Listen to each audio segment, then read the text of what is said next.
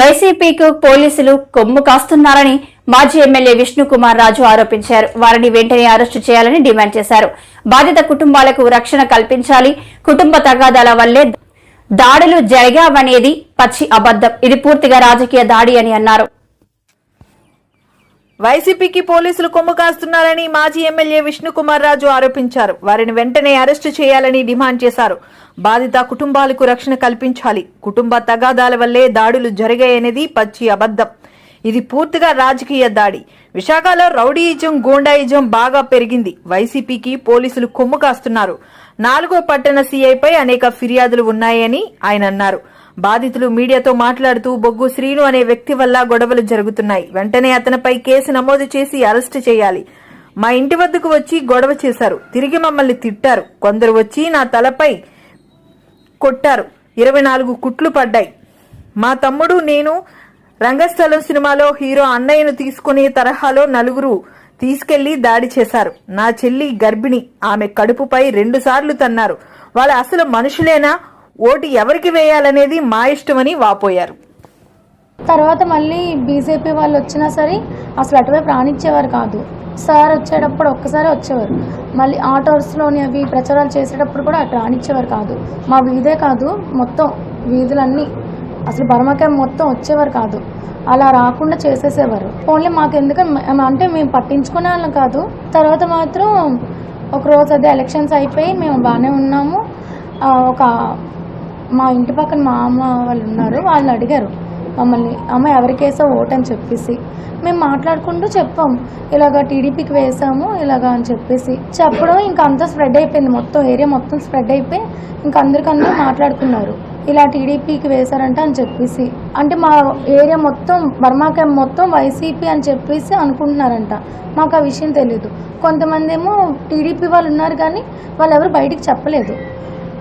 సగం 50-50, టీడీపీ 50 అయితే వైసీపీ 50 అలా ఉండేటోళ్ళు.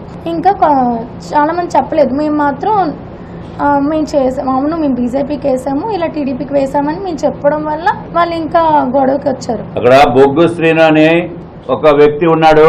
వాడు మాట్లాడేది ఈ మధ్య వైసీపీకి అమ్ముడిపోయాడు. ఈ మధ్య వైసీపీకి అమ్ముడిపోయి ఈ ఏరియా అంతా మాదే, ఈ అడ్డా అంతా మాదే, అసలు మీరెట్లాగా వస్తారు అనే భావనతోటి ఇబ్బంది పెడుతున్నాడు. కాబట్టి ఆ బొగ్గు స్త్రీని కూడా లోపల ఇవ్వాల్సిన అవసరం ఉంది. అతని పైన ఇదివరకు రౌడీ షీట్లు ఉన్నాయి. ఇవన్నీ కూడా పోలీస్ యంత్రాంగము ఈ బ్యాక్గ్రౌండ్ అంతా బొగ్గు శ్రీను తోటి నడిపిన వ్యవహారంగా మా యొక్క అనుమానము. ఈ పోలీస్ యంత్రాంగము తప్పనిసరిగా దానిపైన చర్యలు తీసుకోవాల్సిన అవసరం ఉంది. చెప్పమ్మా. భూలోక్ అన్నాడు మాత్రం ఆ రోజు సాయంత్రం నుంచి తాగేసి వాళ్ళ భూలోక్ వాళ్ళ ఏమో రిలేటివ్ లోకేష్ అనేసి ఉంటారు. వాళ్ళు వచ్చి ఇంటి దగ్గరకు వచ్చి వాటర్ బాటిల్ అడిగారు, ఇచ్చాను. వెంటనే తర్వాత మళ్ళీ టీడీపీ కోసం ఎత్తారు. తర్వాత మీరు ఎలక్షన్స్ కోసం అవన్నీ ఎత్తి చాలా హంగామా చేశారు. మేము కూడా సర్లే అని చెప్పేసి ఇంకా వాడితో మాకెందుకని చెప్పేసి ఇంకా లోపలికి వెళ్ళిపోయి ఇంట్లో కూర్చున్నాను. తర్వాత అమ్మ వాళ్ళు బయటికి వెళ్ళారు, తమ్ముడు నేనే ఉన్నాం. అలాగా గొడవ అవుతూనే ఉంది. పెద్ద పెద్ద నోర్లెట్ ఆరడం, బీర్సీసాలే ఇరగొట్టడం, ఇంటి దగ్గరకు వచ్చి ఇంకా ఇంట్లోకి అది ఇసిరేస్తున్నారు. నేనేమో తలుపులే వేసుకున్నాను. బయటకు వచ్చి మాత్రం అడిగాను ఎందుకు అలా అవుతున్నారని చెప్పేసి పెద్ద నోర్లెట్ నేను అరిచాను. ఇంక వెంటనే అదే 100 ఫోన్ చేస్తానని కానీ వెళ్ళిపోయారు. అది 7 గంటల టైంలో అయింది. తర్వాత 10-9:15 ఆ టైంలోని మళ్ళీ వచ్చారు. ఆశ అని చెప్పేసి లాస్ట్ ఇల్లు ఉంటుంది వాళ్ళ రిలేటివ్సే. ఆ అమ్మాయి వచ్చి మా అన్నయ్య మీదకి నువ్వు వస్తావా, వాళ్ళే మా ఇంటి మీదకి వచ్చారు, వాళ్ళతోనే మా అన్నయ్య మీద నువ్వు తిడతా అని చెప్పేసి ఆ అమ్మాయి వచ్చి నాకు పోలుకుండి విసిరేసింది మొహం మీదకి. విసిరేసి తర్వాత వాళ్ళ అమ్మ ఏమో నా జుట్టు పట్టుకొని లాసింది, అమ్మని కొట్టేసింది. తర్వాత వాళ్ళ అన్నయ్య వచ్చి వెనక నుంచి రాడ్ పట్టుకొని వచ్చి ఇక్కడ ఎడమ వైపు తల మీద కొట్టేశారు. చాలా 2 సార్లు కొట్టారు. తర్వాత ఒక కర్రకి ఫెన్సింగ్ ఉంటుంది, దాంతో కొట్టేశారు. ఇక్కడ 4 కుట్లు పడ్డాయి. ఆ తర్వాత ఏమో నేను పడిపోయాను, ఇంకా స్పృహ లేదు, ఒళ్ళంతా గాయారు. సాయి అని చెప్పేసి ఒకడు ఉన్నాడు, వాడేమో చెయ్యి మీద కొట్టేశారు. ఈ చెయ్యి అంతా ఇదంతా వాచిపోయింది, కాళ్ళ దగ్గర ఇదంతా వాచిపోయింది. ఇదంతా ఇక్కడైతే నిన్న ఎక్స్రే తీశారు. ఇక్కడ చిన్న ఎముక చిన్నది, బోన్ చిన్నది విరిగిందని చెప్పేసి క్రాక్ ఇచ్చారు. ఈ కాలు దగ్గర మాత్రం కాలు దగ్గర కొట్టారు. ఈ కాలు సార్. మీరు కంప్లైంట్ ఇచ్చిన టైంకి ఎంత టైంకి పోలీసులు వచ్చారు? గంటకి సార్ కొట్టుకోండి మీరు చావండి అన్నట్టుగా వదిలేదు. ఆడపిల్ల మీద అలవాటు న్యాయం ఏంటి చెప్పండి మీరు? వయసుని పిల్ల కదండి, అంటే పాడు చేసేయడానికి లోపలికి వచ్చారు, చెయ్యి పట్టుకున్నాడంటే అది పాడు చేయడానికే. చంద్రబాబు అప్పుడే అధికారంలోకి వచ్చినట్లు భావిస్తున్నారని వైసీపీ నేత సజ్జల రామకృష్ణారెడ్డి విమర్శించారు. ఈసీ వైఫల్యం వల్లే రాష్ట్రంలో హింసాత్మక ఘటనలు జరిగాయని ఆరోపించారు. ఈ 5 ఏళ్ల పాటు ఎవరినైతే ఏ వర్గాలనైతే కాసుకున్నారో, ఏ వర్గాల దీన్ని అభ్యున్నతికి పాటుపడుతూ వచ్చారో, రాష్ట్ర అభివృద్ధితో పాటు వాళ్ళు ఎంత ఉత్సాహంతో పోలింగ్లో పార్టిసిపేట్ చేశారు. అందులో ముఖ్యంగా మహిళలు పోలింగ్ పర్సెంటేజ్ ఇవన్నీ చూసిన తర్వాత ఎవరి అంచనాలు వాళ్ళు వేసుకోవచ్చు. మాకైతే ఖాయంగా కనపడుతోంది గవర్నమెంట్ వస్తుంది, చాలా బాగా వస్తుంది. మొన్నటికి అంత కూడా జరిగింది, మిగిలిన చోట్ల జరిగిన చోట్ల కూడా పోలింగ్ పర్సెంటేజ్ పెరిగాయి. ఓటింగ్ జరిగే శాతాన్ని బట్టి చూసి యాంటీ ఇన్కంబెన్సీ అనుకుందామంటే మీరు గమనించిన జగన్మోహన్ రెడ్డి గారి మీద అంత వ్యతిరేకత పెంచుకుని ఈ వర్గాలు ఏ వర్గాల కోసం అయితే నిలబడినాడు వాళ్ళు రావడానికి అంత ఇది రీజన్ కనపడతా లేదు. వీళ్ళందరూ చంద్రబాబు నాయుడు కానీ ఆయన పార్టీ కానీ పెట్టిన సూపర్ 6 అనే ఇది కానీ, లేదా ఆయన అర్జెంటుగా తెచ్చుకోవాలి వాళ్ళ కోరికుందా అని చూద్దామంటే అంతా అటువైపు కనపడలేదు. ఎందుకంటే చంద్రబాబు నాయుడికే తన అజెండా మీద నమ్మకం లేదు. ఆయన సూపర్ 6 గురించి కూడా ప్రచారం చేసుకోవాలి. ఆయన ఎంతసేపు ఉన్నా జగన్మోహన్ రెడ్డి గారి మీద వ్యక్తిగతంగా దాడులు, లేదా వివేకానంద రెడ్డి హత్యను, ఇంకా గొడ్డలు అనడము, ఇంకోటి కుటుంబం దీన్ని వాళ్ళకి సంబంధించిన కుటుంబ సమస్యల తీసుకొచ్చి పెట్టడము, లేదు లాస్ట్లో ల్యాండ్ టైటిలింగ్ యాక్ట్ అని ఇంకోటి తీసుకొచ్చి ఒక అర్థం లేని ఇది దేన్నైతే వాళ్ళు ఆ రోజు సపోర్ట్ చేశారు, దేన్నైతే ఈరోజు ఐ థింక్ నీతి ఆయోగ్ వాళ్ళ దాంట్లో కూడా ఉంది, దాన్ని ఒక ఇష్యూ కింద చేసి ఆయన ఇచ్చిన హామీలే గట్టిగా చెప్పుకోలేని వచ్చాడు. ఎందుకంటే ఆయనకే నమ్మకం లేదు. ఇంతకుముందు కూడా చెప్పాం, అది హామీలను అమలు చేస్తాడే నమ్మకం జనానికి లేదని, ప్రజలకు లేదని.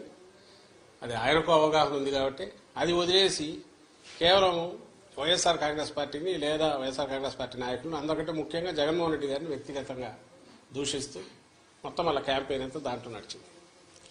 సో ఆ నేపథ్యంలో ప్రజలు ఆయన ఇచ్చిన హామీల మీద నమ్ముకొని వచ్చింటున్నారనడానికి అది కనపడట్లా. ఉంటే ఆయనే చెప్పేవాడు దాని గురించి, వాళ్ళు దాని గురించి మాట్లాడేవాళ్ళు.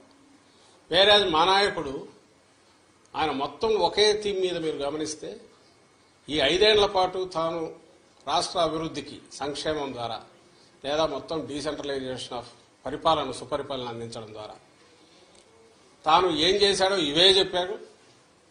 ఇవి కంటిన్యూ కావాలా అనుకుంటే నన్ను దీవించండి అని అడిగాడు. ఈ థీమ్ బలంగా కంటిన్యూస్ జనంలోకి వెళ్తూ వచ్చింది. మేము ఎప్పుడు చెప్తుండేవాళ్ళం కదా, 87% లబ్ధిదారులు ఏదో ఒక రూపంలో బెనిఫిట్ పొందిన వాళ్ళందరూ అవును ఇది నిజం అనుకున్నారు. కరెక్టే కదా, ఇది కంటిన్యూ అయితే మా బతుకుల్లో ఇంకా మెరుగైన మెలుపు వస్తుంది, మలుపు వస్తుంది.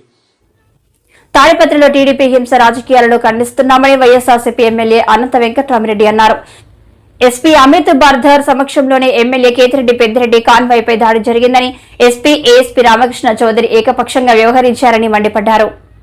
ప్రధానంగా ఈరోజు ఎన్నికల రోజు, ఆ తర్వాత జరిగినటువంటి తాడిపత్రిలో జరిగినటువంటి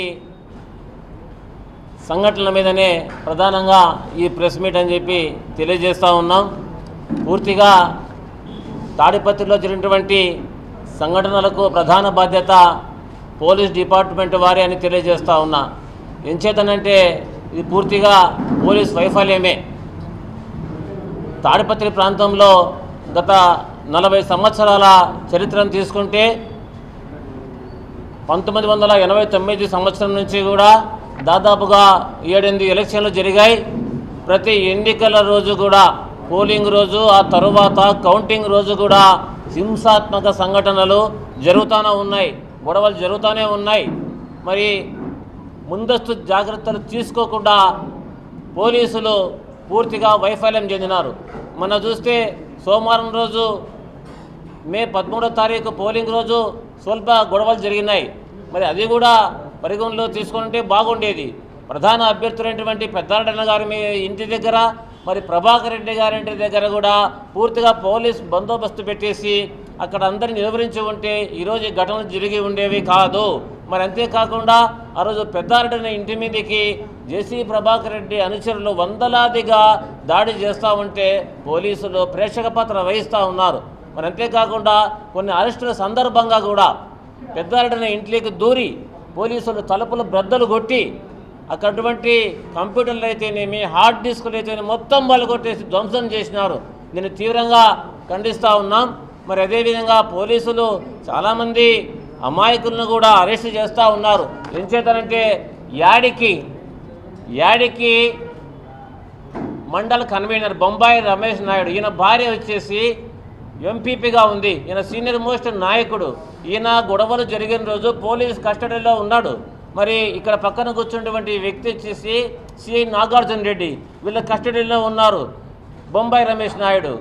మరి ఆ రోజు పోలీసు వాళ్ళ గ్రూపులో కూడా పెట్టుకున్నారు, బొంబాయి రమేష్ నాయుడు పోలీస్ కస్టడీలో ఉన్నాడని చెప్పేసి ఆ రోజు వాళ్ళ గ్రూపుల్లో కూడా పెట్టుకున్నారు పోలీసులు. మరి ఈరోజు బొంబాయి రమేష్ నాయుడుని తీసుకుపోయి మరి అక్రమంగా నిర్బంధించి మరి కడప జైలుకు తరలించారు. ఇది చాలా దారుణం అని చెప్పేసి తెలియజేస్తూ ఉన్నాం. ఏదేమైనా కూడా పోలీసులు తాడిపత్రి సంఘటనలో ఏకపక్షంగా వ్యవహరించారు కొంతమంది పోలీసులు. నేను పూర్తిగా అంతమందిని అనడం లేదు, కొంతమంది పోలీసులు వ్యవహరించారు. మరి సుప్రీంకోర్టు ఆదేశాలతో రుజువైన జగన్ రెడ్డి ఇసుక దోపిడీ అని నక్క ఆనందబాబు అన్నారు. ఈ రోజు ఆయన మీడియాతో మాట్లాడుతూ సుప్రీంకోర్టులో జగన్ రెడ్డికి మరోసారి ఎదురు దెబ్బ తగిలిందని, దీనితో పాటు ఎన్నికల్లో కూడా గట్టి దెబ్బ తగులుతుందని అన్నారు. రూపాయలు తాడేపల్లి ప్యాలెస్ కి కట్టబెట్టారో ఈ కంపెనీలు సమాధానం చెప్పాలి, ఈ వెంకటరెడ్డి సమాధానం చెప్పాలి. టోటల్గా వీళ్ళని నడిపించినటువంటి జగన్మోహన్ రెడ్డి దీనికి బాధ్యత వహించాలి. ఇవాళ గవర్నమెంట్ కాంట్రాక్ట్ ఇచ్చినటువంటి జేపీ వెంచర్స్, ఈ జేపీ వెంచర్స్కి ఇవ్వడం వల్ల ఎప్పుడూ లేని విధంగా 1500 కోట్లు ప్రభుత్వానికి వస్తుందని చెప్పారు. మళ్ళీ వీళ్ళే జగనన్న కాలనీలని నాడు నేడు స్కూల్స్ అని చెప్పి 1000 కోట్ల రూపాయలు అదే కంపెనీకి చెల్లించి మళ్ళా రిటర్న్ వీళ్ళే తీసుకున్నారు, వీళ్ళే డ్రా చేసుకున్నారు. వాడి దగ్గర నుంచి దోచుకున్నారు. బినామీ కంపెనీలను పెట్టి 1500 కోట్ల ఆదాయం వస్తుందని చెప్పి ₹1 ఆదాయం రాకుండా వాడికే కాంట్రాక్ట్ ఇచ్చి జగనన్న ఇళ్ళు అని చెప్పి నాడు నేడు స్కూల్స్కి అని చెప్పి 1000 కోట్లు తిరిగి వాడికి చెల్లించి వాటిని మళ్ళీ వీళ్ళు రీపే చేసుకున్నటువంటి పరిస్థితులు, అడ్డగోలుగా దోపిడీ చేసిన విధానం ఈ రాష్ట్రంలో చూసాం. వీళ్ళు రేపు ఏం చేయబోతా ఉన్నారో తెలీదు. సుప్రీంకోర్టు ఈరోజు చెప్పినటువంటి ఆర్డర్స్ మీద సిగ్గుపడాలి. అసలు ఎన్నిసార్లు మొట్టికాయలు వేసినాయి. హైకోర్టు చెప్పింది, ఎన్జీటీ చెప్పింది, ఇవాళ సుప్రీంకోర్టు రెండోసారి మాట్లాడటం చాలా తీవ్రంగా జరిగింది. నేను ఆక్షేపణ చేసింది నిన్న. అసలు ఎవడు బాధ్యత వహిస్తాడు? వీటన్నిటికీ సమాధానం ఎవడు చెప్పాలి? డిఎంజీ వెంకటరెడ్డి చెప్పాలి, మినిస్టర్ బెద్దిరెడ్డి రామచంద్రారెడ్డి చెప్పాలి, సిఎస్ ఇవాళ మినిస్టరు ఇలా ఆపద్ధర్మ ప్రభుత్వం కాబట్టి సిఎస్ జవహర్ రెడ్డి చెప్పాలి, ముఖ్యమంత్రికి తాబేదారుగా పనిచేస్తున్నటువంటి ధనంజయ రెడ్డి చెప్పాలి. వీళ్ళందరూ ఈ దోపిడీలో పాత్రదారులు, సూత్రధారులు. దోచి పెట్టడంలో జగన్మోహన్ రెడ్డి ప్యాలెస్కి చేరవేయడంలో డబ్బులు వీళ్ళందరూ ప్రధాన పాత్ర పోషించారు. వీళ్ళందరూ కూడా రేపు సమాధానం చెప్పాల్సిన అవసరం ఉంది.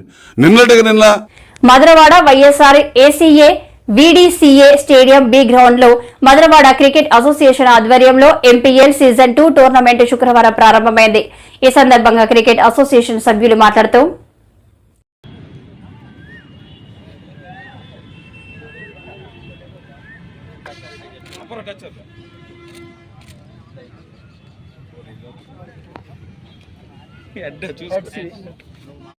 ప్రెసిడెంట్ గారైన రవి గారిని కూడా ముందుకు రావాల్సిందిగా మేము కోరుచున్నాము.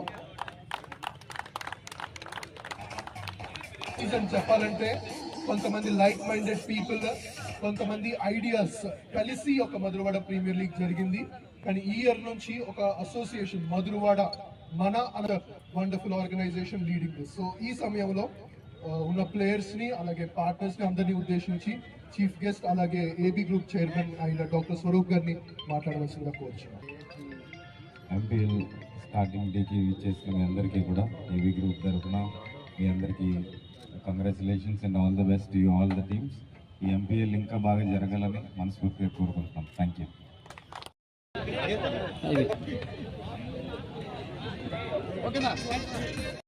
మిత్రులందరికీ కూడా హృదయపూర్వక నమస్కారాలు. మీ అందరికీ తెలుసు ఎంపీఎల్ 1 ఎంత సక్సెస్ఫుల్గా జరిగిందో. దీనందరికీ కారణం స్పాన్సర్స్, అలాగే ముఖ్యంగా మీడియా తాలూకా సహాయ సహకారాలు మర్చిపోలేనివి. మరి అదే స్ఫూర్తితో ఇప్పుడు ఎంపీఎల్ 2 అనేది నిర్వహణ ఈరోజు ప్రారంభం అవబోతుంది. మీ అందరూ కూడా యథావిధిగా సహకరించి ఈ కార్యక్రమాన్ని దిగ్విజయం చేయాలని కోరుకుంటున్నాం. ఎంపీఎల్ 1 జరిగినప్పుడు దీనికి అసోసియేషన్ అంటూ ఏమీ లేదు. ఇప్పుడు ఎంపీఎల్ 2కి వచ్చేసరికి ఒక ట్రాన్స్పరెన్సీ ఉండాలని, కార్యక్రమం ఒక అకౌంటబిలిటీ, జవాబుదారీతనం ఉండాలని చెప్పేసి ఒక అసోసియేషన్, మధురవాడ క్రికెట్ అసోసియేషన్ అది అనే ఒక రిజిస్టర్డ్ అసోసియేషన్ ఫామ్ చేయడం జరిగింది. ఆ అసోసియేషన్కి నేను ప్రెసిడెంట్గా, ప్రసాద్ సెక్రటరీగా, నరేష్ వైస్ ప్రెసిడెంట్గా, ఇలాగా 11 మంది 12 మంది సభ్యుల్ని ఎన్నుకోవడం జరిగింది. ఎవరికి ఎటువంటి అనుమానం వచ్చినా కూడా నివృత్తి చేయడానికి మేము సిద్ధంగా ఉన్నాం ఈ కార్యక్రమం నిర్వహణ విషయంలో. ఎందుకంటే మధురవాడ ప్రాంతం రోజు రోజుకి బాగా అభివృద్ధి చెందుతున్నటువంటి ప్రాంతం. కానీ ఇక్కడ ఏంటంటే ఈ క్రీడల పరంగా అభివృద్ధి అనేది పెద్దగా కనిపించడం అనేది, పక్కన ఇంత పెద్ద స్టేడియం ఉన్నప్పటికీ కూడా ఇక్కడ స్థానికులకి, టాలెంట్ ఉన్న స్థానికుల్ని వెలుగులోకి తీసుకురావాలనే ఒక కృతనిశ్చయంతో మధురవాడ సరౌండింగ్స్లో ఉన్న ఏరియాస్ అన్నిటి నుంచి టీములు తీసుకోవడం జరిగింది. ఈ క్రీడా సంబరం కేవలం ఈ ప్రాంతం వారి కోసం అని చెప్పేసి ఒక ప్రారంభించడం జరిగింది. ఈ రోజున ఎంపీఎల్ 2 ప్రారంభం అవుతుంది. ఎప్పటిలాగే మీరందరూ మీ సహాయ సహకారాలు అందించాలని మిమ్మల్ని అందరినీ కోరుకుంటున్నాను. పాల్గొంటాయి. ఒక్కొక్క టీంకి 16 మంది చొప్పున 16 మంది అంటూ ప్రతి రోజుకు 4 మ్యాచ్లు చొప్పున రన్ అవుతాయి. సో ఇది ఒక 10 రోజులు జరిగే ఈ కార్యక్రమాన్ని అందరూ సక్సెస్ఫుల్గా చేసి, అందరూ, ఎందుకంటే యూత్ అంటేనే స్పోర్ట్స్, ఆ స్పోర్టివ్నెస్తో అందరూ ఇక్కడ ఐకమత్యంతో ఉండాలని చెప్పి ఏదైతే ఎంపీఎల్ 1 ఎంత సక్సెస్గా చేసామో ఎంపీఎల్ 2 కూడా అదే దీంతో ముందుకు వెళ్ళాలని కోరుకుంటూ, అలాగే అదే మనకు ఏదైతే ఉందో ప్రతి ఒక్క స్పాన్సర్స్కి ధన్యవాదాలు తెలుపుకుంటూ, మళ్ళీ రాబోయే సీజన్స్ కూడా అందరూ మీ మీడియాస్ అనగా స్పాన్సర్స్ అనగా అందరూ ముందుకెళ్తే ఇంకా మంచిగా తీసుకెళ్ళాలని కోరుకుంటున్నాను. వైసీపీకి ఏకపక్ష విజయమని చెప్పిన జగన్ తెలుగుదేశం పార్టీ అధికారంలోకి వస్తే పార్టీని మూసివేస్తారని ప్రకటించాలని టీడీపీ నేత బొండా ఉమా సవాల్ విసిరారు. వైసీపీ పాలనలో ప్రజలు విసిగిపోయారని విశాఖలో ఆయన ఆరోపించారు. వైసీపీ ఎమ్మెల్యేలు, ఎంపీలు, మంత్రులు జగన్ తప్ప ఎవరు బాగున్నారో పార్టీ నాయకులు చెప్పాలని అన్నారు. అలాగే అనేక సీనియర్ జర్నలిస్టులు చెప్పారు, మీడియా చెప్పింది.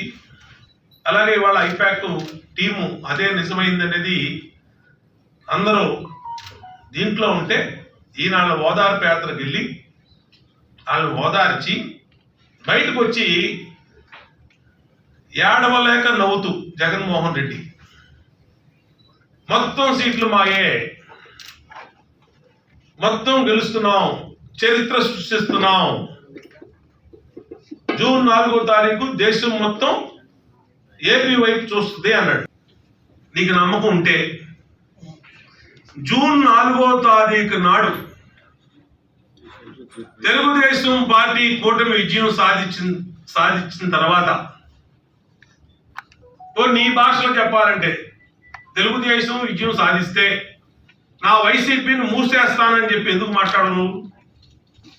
మరి గెలుస్తున్నానని చెప్పావు, ఏకపక్ష విజయం అని చెప్పావు, సీట్లన్నీ 175 సీట్లు నీకే అని చెప్పావు. మరి అన్ని సీట్లు నీకే అయినప్పుడు రాని పక్షంలో వైసీపీ పార్టీని మూసేస్తానని కూడా ప్రకటించాల్సిన బాధ్యత నీ మీద ఉంది జగన్ రెడ్డి. అది కూడా ప్రకటించు. వస్తే నువ్వే ప్రజలు మ్యాండేట్ ఇస్తే, ఎవరికి మ్యాండేట్ ఇస్తే వాళ్ళు రూల్ చేస్తారు, అది వేరే విషయం. 175 సీట్లు నీదే అంటున్నావు, చరిత్ర సృష్టిస్తున్నావు అంటున్నావు, తిరగరాస్తున్నావు అంటున్నావు, ఏదేదో పెద్ద పెద్ద కోతలన్నీ కోసావు నేను ఐపాక్ ఆఫీస్లో. నువ్వు కోసిన కోతలకి నీ వెనకాల బొత్స సత్యనారాయణ ఉన్నాడు, ఒకసారి ఫోటో చూడు, ఏడుపు మొహం వేసుకున్నాడు బొత్స సత్యనారాయణ. అట్లాగే పెద్దిరెడ్డి రామచంద్రారెడ్డి మొత్తం అయిపోయింది. ఇంకా 4 రోజుల్లో మొత్తం మనకి మన అటెండర్ కూడా సెల్యూట్ కొట్టడాన్ని ఒక నిర్ణయానికి వచ్చేసిన ఫేసులు నీ వెనకాల కనపడుతున్నాయి. నీకు ఐపాక్ ఆఫీస్ లోపల చెప్పింది కూడా అదే చెప్పారు. లోపల ఓటమి ఖాయం వైసీపీకి. వైసీపీ చేసిన అరాచక పాలన, 5 సంవత్సరాల పరిపాలన, ప్రజలు విసుగెత్తిపోయారు అన్ని రకాలుగా. ఒక రకం కాదు. ఈ వర్గం బాగుంది జగన్మోహన్ రెడ్డి పరిపాలనని చెప్పే ధైర్యం వైసీపీకి ఉందా? మా పరిపాలనలో ఈ మహిళలు బాగున్నారు, చిరు వ్యాపారులు బాగున్నారు, కార్మికులు బాగున్నారు, వ్యవసాయ రైతులు బాగున్నారు, వ్యాపారస్తులు బాగున్నారు, బిల్డర్స్ బాగున్నారు. ఒక్క వైసీపీ పార్టీ ఎమ్మెల్యేలు, మంత్రులు, ఎంపీలు జగన్మోహన్ రెడ్డి తప్పితే ఈ రాష్ట్రంలో బాగుంది ఎవరో కొన్ని వైసీపీ చెప్పానండి. చెప్పే కంచరపాలెం పరిధిలోని బుధవారం రాత్రి మహిళపై జరిగిన దాడి వ్యక్తిగత గొడవలే తప్ప రాజకీయ ప్రమేయం లేదని డీసీపీ మేక సత్యబాబు వివరణ ఇచ్చారు. బర్మా క్యాంపులోని దాడి కేసులో నిందితుని అరెస్ట్. ఇందులో రాజకీయ ప్రమేయం లేదు. డీసీసీ మేక సత్యబాబు. కంచరపాలెం పరిధిలోని బుధవారం రాత్రి మహిళలపై జరిగిన దాడి వ్యక్తిగత గొడవలే తప్ప రాజకీయ ప్రమేయం లేదని డీసీపీ మేక సత్యబాబు వివరణ ఇచ్చారు. ఈ మేరకు గురువారం సాయంత్రం కంచరపాలెం పోలీస్ స్టేషన్లో ఏర్పాటు చేసింది మీడియా సమావేశంలో ఆయన మాట్లాడుతూ ఈ దాడి కేసును ఓట్ల కోసం జరిగిన దాడిగా తప్పుడు ప్రచారం జరుగుతుందని విచారం వ్యక్తం చేశారు. ఈ సందర్భంగా ఆయన కేసు వివరాలను వెల్లడించారు. స్థానిక బర్మా క్యాంప్ నూకాలమ్మ ఆలయం సమీపంలో సుంకర నూకరత్నం కుటుంబంతో నివాసం ఉంటున్నారు. ఆమె ఇంటికి సమీపంలో లోకేష్ తన కుటుంబంతో ఉంటున్నారు. ఈ 2 కుటుంబాల మధ్య పాత గొడవలున్నాయి. ప్రకారం ఒక ఎఫ్ఐఆర్ చేయడం జరిగింది. ఇది 307, 354, 324, 323 రెడ్ విత్ 34 ఐపీసీ కింద ఎఫ్ఐఆర్ చేయడం జరిగింది. దీని ప్రకారం అక్కడే 2 ఇల్లుల అవతల నూకరత్నం వాళ్ళకి 2 హౌసెస్ అవతల ఉంటున్నటువంటి ఆశ, ఈ కనకరత్నం వాళ్ళ ఫ్యామిలీకి ఇంతకుముందు కూడా గ్రడ్జెస్ ఉన్నాయి. ఒకళ్ళు తిట్టుకుంటూ అట్లా ఉంటారు. నిన్న కూడా ఈ ఆశకి కనకరత్నం వాళ్ళకి అదేవిధంగా ఈ నూకరత్నం వీళ్ళకి గొడవ జరిగింది. గొడవ జరిగినప్పుడు వీళ్ళు ఇతను కజిన్ అయినటువంటి లోకేష్ అన్న అతన్ని కాల్ చేస్తే అతను ఇంకొక 300-400 మీటర్స్ లో అక్కడే ఉంటాడు బర్మా క్యాంప్ లో. అతను వచ్చి వీళ్ళని గట్టిగా కొట్టడం జరిగింది. ఒక కర్రతోటి గట్టిగా కొట్టడం జరిగింది. హెడ్ ఇంజరీస్ అయింది. దీని మీద అటెంప్ట్ టు మర్డర్ 307, ఉమెన్ తో ఇండీసెంట్ గా అవుట్రేజింగ్ మోడెస్టీ ఉన్నాయి కాబట్టి 354. అదేవిధంగా యాసాన్ అమ్మాయి రాడ్తో కూడా కొట్టడం జరిగింది. దానివల్ల 324, 323 మొత్తం మీద 5 మంది మీద ఈ కేసు ఎఫ్ఐఆర్ చేయడం జరిగింది. ఆల్రెడీ ముద్దాయిని రిమాండ్ కూడా పంపించడం జరిగింది. ఇది 100% ఎటువంటి రాజకీయ విద్వేషాలతో జరిగినటువంటి సంఘటన కాదు. ఇది పూర్తిగా వ్యక్తిగతమైనటువంటి గొడవల వల్ల జరిగినటువంటి సంఘటన. ఫస్ట్ పోలీస్ స్టేషన్ కూడా రాలేదు వాళ్ళు డైరెక్ట్ గా కేజీహెచ్కి వెళ్ళారు. దెబ్బలు తగిలిన వెంటనే కేజీహెచ్ అవుట్ పోస్ట్ లో వాళ్ళు అక్కడ రికార్డ్ చేసినటువంటి స్టేట్మెంట్ మీద ఎఫ్ఐఆర్ చేయడం జరిగింది. It's not a political rivalry. It was happened purely on personal quarrels, personal grudges. ముగ్గురి జరిగింది. ఈ నూకరత్నం ఆలియాస్ నిరీష, నెక్స్ట్ ధనలక్ష్మి వాళ్ళ మదర్ ధనలక్ష్మి, సన్న మణికంఠ. ఇంకెవ్వరు పరారీలో లేరు. దీంట్లో 5 ముద్దాయిలు ఉన్నారు. దాంట్లో లోకేష్ అన్న అతను ప్రధానమైనటువంటి A1 ముద్దాయి. అతని మీద 307 వస్తుంది కాబట్టి అతని రిమాండ్కి పంపించడం జరిగింది. మిగతా వాళ్ళ మీద 324, 323 ఈ సెక్షన్స్ వర్తిస్తాయి కాబట్టి వాళ్ళు Part 1 CRPC నోటీస్ ఇవ్వడం జరిగింది.